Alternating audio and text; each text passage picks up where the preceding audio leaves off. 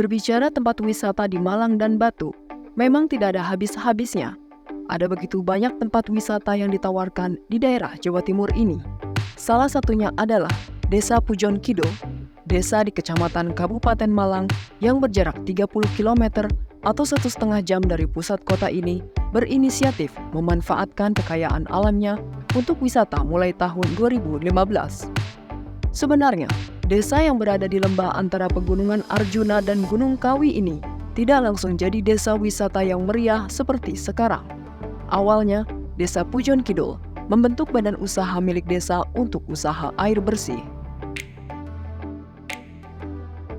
Latar belakang terbentuknya BUMDes adalah atas dasar kebutuhan masyarakat.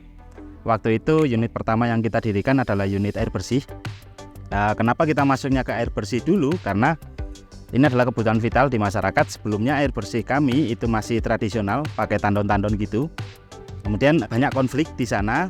Akhirnya di tahun 2015, setelah pemerintah desa melakukan mapping kepada masyarakat, apa sih yang dibutuhkan oleh masyarakat. Yang pertama kebutuhan air bersih, yang kedua peningkatan ekonomi, yang ketiga adalah peluang untuk membuka lapangan pekerjaan. Atas dasar itu kami mendirikan BUMDes dengan tujuan yang pertama meningkatkan ekonomi masyarakat, yang kedua membuka lapangan pekerjaan bagi masyarakat, kemudian yang tidak kalah penting adalah meningkatkan PAD untuk desa. Setelah unit usaha air bersih berjalan 1 tahun, BUMDes mulai berani mengembangkan usaha barunya, yaitu Kafe Sawah. Nah, kenapa kita pilihnya Kafe Sawah? Yang jelas daerah Batu ke barat adalah posisi basah untuk area pariwisata, seperti yang diketahui khalayak umum. Kami juga ingin merasakan ke arah sana. Kita pilihnya pariwisata, ini adalah hal yang menurut kami waktu itu paling mudah dilakukan. Karena mulai menjamurnya desa wisata, kemudian di sisi lain wisatawan sudah mulai bosan tentang wisata buatan. Itulah kenapa kita arahnya bikin Kafe Sawah. Kenapa fokusnya di resto, nggak bikin kayak model alun-alun atau wahana saja. Sebenarnya kami di awal arahnya seperti itu, tapi berjalannya waktu sangat tidak memungkinkan mengingat biaya yang dikeluarkan sangat besar. Kalau kita bikin swafoto atau beberapa wahana saja, tidak ada yang spesifik, memang orang ini bisa ingat bener tempat kami. Karena ini swafoto tahun 2015-16 itu mainstream, di mana-mana ada, tapi memang peminatnya ada waktu itu. Kemudian di tahun 2017 kami mulai fokus ke arah resto. Kita ingin mengangkat apa sih yang khas di tempat kami. Ketika orang ngomong tentang sawah, ngomong tentang Pujon Kidul, apa nih yang kami harapkan, apa yang kita tanamkan ke mindset masyarakat, mindset wisatawan. Ada nasi jagung, ada urap-urap, ada ikan asin. Nah, kita inginnya mengangkat tentang hal-hal tersebut. Kalau kita ngomong tentang kuliner, nggak ada yang namanya orang bosan makan. Inilah yang membuat orang datang lagi ketika arah tujuan mereka adalah makan, bukan hanya bersuah foto. Tapi, tanpa manajemen dan SDM yang andal, tempat wisata tentu tidak akan bisa beroperasi dengan baik. Lalu, bagaimana Desa Pujon Kidul bisa menyediakan tenaga-tenaga itu? Rupanya, beberapa tahun sebelum BUMDes didirikan, di Desa Pujon Kidul sudah berdiri Pok Darwis atau Kelompok Sadar Wisata. Kelompok ini didirikan anak-anak muda ex Karang Taruna Desa Pujon Kidul yang ingin tetap bekerja di desanya sendiri. Hasil inisiatif mereka cukup mengejutkan. Wisata di desa ini meledak.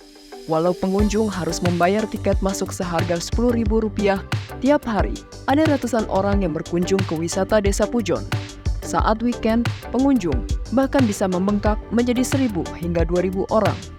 Desa Pujon Kidul pun memenangkan berbagai penghargaan tingkat nasional sejak 2017, mulai dari Kementerian Desa Pembangunan Daerah Tertinggal dan Transmigrasi, Kementerian Pariwisata dan Ekonomi Kreatif. Terakhir di tahun 2022 lalu, mereka menjadi pemenang utama Desa Brilian, program pemberdayaan desa dari BRI untuk mengapresiasi desa-desa yang dianggap inovatif. Karena langganan menjadi juara, Desa Pujon Kidul menjadi rujukan banyak desa untuk bisa sukses mengelola aset desa. Tapi untuk mempertahankan prestasi dan terus mengembangkan desa wisatanya, membawa tantangan tersendiri untuk pemerintah daerah dan pengelola Pujon Kidul.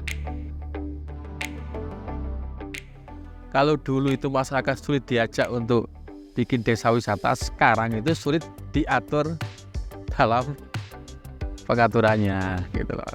Kalau dulu sulit diajak Pak ya untuk bangun, sekarang sulit diatur karena mereka udah menikmati hasilnya gitu. Itulah tantangannya ya, tantangan kita itu aja. Dan juga dari segi SDM Mas ya. Kalau dulu kan memang rata-rata jujur ya, kebanyakan yang dirangkul oleh Pak Udi memang lulusan SMP. Memang kita dorong untuk saat ini memang harus minimal SMA ya. Nah, kalau mereka bisa ke perguruan tinggi. Desa wisata Pujon Kidul sudah diakui di mana-mana, tapi ada banyak tantangan yang akan menghadang di depan. Salah satunya pengembangan SDM, baik untuk pengembangan bisnis dan manajemen, dan juga teknologi yang tidak akan pernah bisa berhenti menunggu pelaku usaha melangkah. BUMDes di Desa Pujon Kidul tentu saja tak bisa bergerak sendiri. Mereka mencoba merangkul berbagai pihak untuk terus menaikkan kapasitas. BRI yang melihat Desa Pujon Kidul dengan berbagai potensi UMKM-nya sejak beberapa tahun ini menerjunkan mantri atau petugas lapangan yang menangani masalah kredit dan produk keuangan di bank. Harapannya, para mantri bisa meningkatkan literasi keuangan dan produk perbankan para pelaku usaha di desa. Dengan adanya BRI ini kami sangat terbantukan. Yang pertama tentang pembayaran digital ya, kita pakai krisnya BRI, kemudian penyimpanan modal kita masuk di BRI semua. Di sisi lain BRI juga membantu kami tentang pengembangan UMKM, kemudian beberapa infrastruktur itu juga disupport dari BRI. Ini sangat menguntungkan juga buat kami ketika kita ngomong tentang SDM.